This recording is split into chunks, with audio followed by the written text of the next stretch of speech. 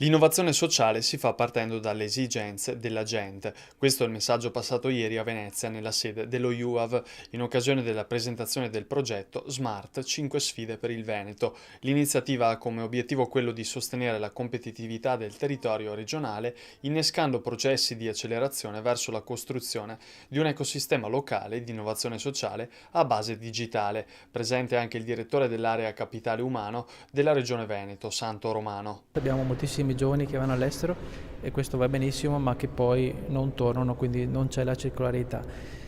E quindi la Giunta regionale ha stanziato 3 milioni di euro per 14 progetti che si svolgeranno nel corso del 2019, che hanno l'obiettivo di riportare anche temporaneamente delle eccellenze in vari campi che rientreranno in Veneto, che potranno avere un effetto di contaminazione con altre imprese, con start-up, col mondo culturale, con l'innovazione sociale, che è un tema su cui stiamo lavorando, che porterà anche benefici in termini di nuovi bacini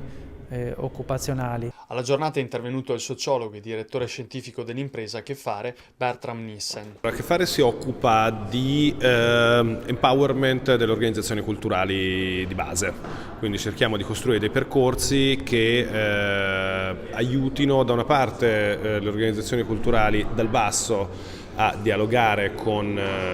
chi sta sopra in qualche modo, quindi sostanzialmente con i policy maker e i finanziatori, e dall'altra parte invece cerchiamo di aiutare le istituzioni culturali più tradizionali, chi si occupa di politiche pubbliche e chi si occupa anche di finanziare la cultura, cerchiamo di aiutarli a capire cosa sta succedendo nei mondi della cultura non istituzionale, che diciamo negli ultimi anni sono sicuramente quelli più fertili. È stata poi la volta di Federico Camporese, che ha portato l'esperienza dell'impresa sociale I Bambini delle Fate. Noi ci occupiamo di raccolte fondi strutturali in tutto il territorio nazionale attraverso dei meccanismi ponte tra mondo del sociale e imprese. Sostanzialmente facciamo un fundraising rivolto alle aziende, ma abbiamo una campagna anche di fundraising privato e si occupa di raccogliere appunto le risorse necessarie per aiutare queste realtà del terzo settore che hanno in essere dei progetti rivolti alla disabilità psicomotoria di ragazzi e bambini. Quindi sostanzialmente organizziamo queste raccolte, gestiamo insieme a loro questo percorso e diamo una restituzione pubblica in termini di marketing per queste aziende, per queste realtà che decidono di aderire